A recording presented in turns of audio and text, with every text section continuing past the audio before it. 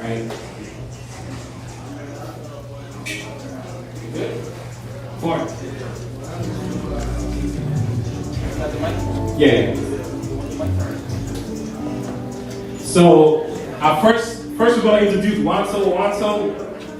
Part of tonight is we're going to celebrate Liberian excellence.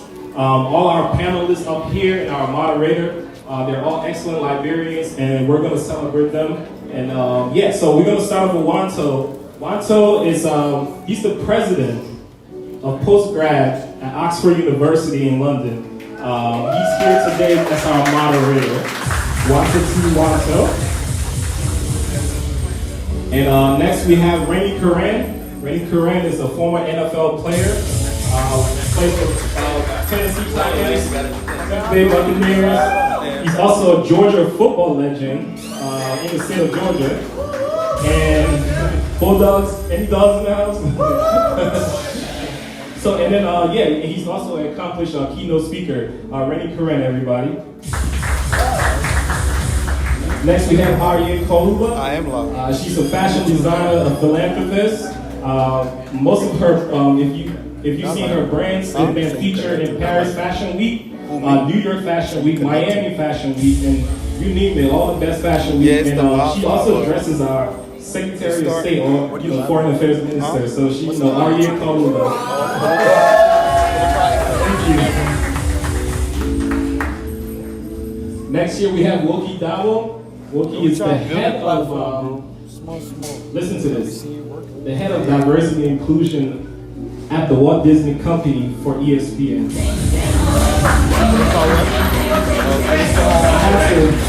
She's great, she's a big friend, she's awesome.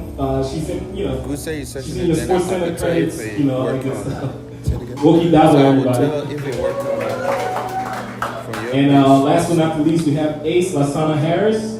Ace is an accomplished Grammy-nominated producer. He's the A&R for Reach Records, Lecrae record label, Reach Records. He's also the A&R for that, and he has produced some of your favorite gospel music. If you listen to any kind of gospel rap, Hopi, all that good stuff, man. Ace Lasana Harris, everybody. And our moderators don't take over into our panel discussion. And we are short of mic, so we're just going to pass it down.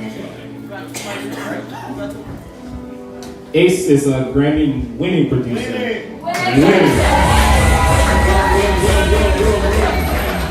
Grammy-winning producer. One of our own, Liberian. Hello, Claire, right? Great, so let's give a round of applause again for setting such a great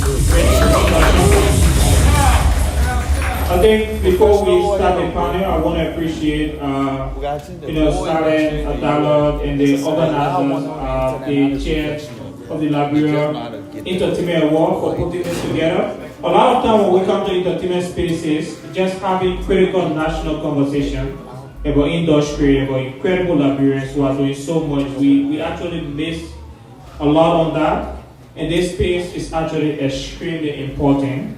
Because it not only gave us the space, but it gave us the platform to listen to how Liberians are doing incredibly well in the diaspora. It's been a privilege, my privilege to serve as the moderator for this panel. It's going to be a light conversation. We divide it into different segments. Provide introductory space, and then we'll also provide time for the audience to ask questions, specifically around TV. So the main focus point of this discourse is to be able to talk about the diaspora. How are you doing incredibly well in the diaspora? How can we translate that into Liberia? How can we bring the most talent needed? How can we bring the most experience needed to the development of Liberia? So this conversation is all about Liberia. So to start, let's give a round of applause for our amazing panelists. We're going to start off with just 30 minutes of introduction and how your experience fit into the narrative of the theme for this conversation. So to officially start, we'll start with Renee, who is the spokesperson on this panel, to just let us know, how do you, how it all started, what are you doing currently, and how do you fit into what you're doing to the future for Liberia? Yeah, thank you so much, and I'm honored to be here in the room with fellow Liberians. You all look beautiful We all accomplished doing great things. I came in from Atlanta, Georgia. That's where I was born. Both my parents are Liberian. Father's from Zaza, mother's from Banga.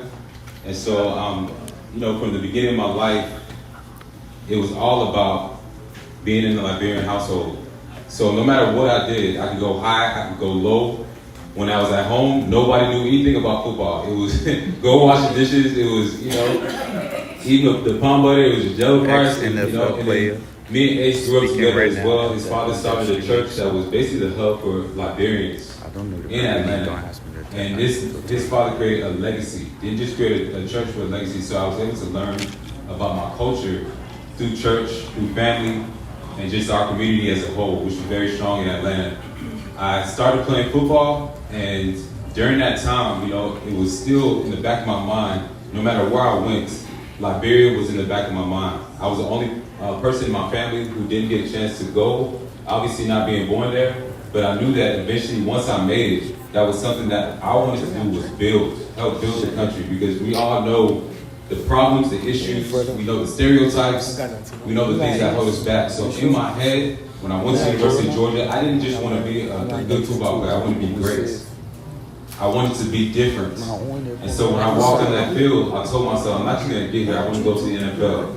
I was able to do that, got drafted third round. The first thing I did was I took my whole family back to Liberia, and it changed my entire life. And, yeah.